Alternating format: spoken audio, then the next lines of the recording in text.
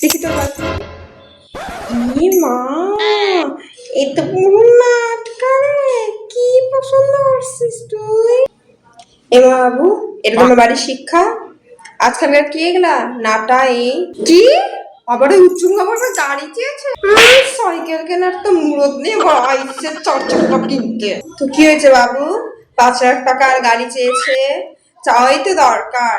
কত ভালো চাকরি করে, সরকারি চাকরি তো চাবে না?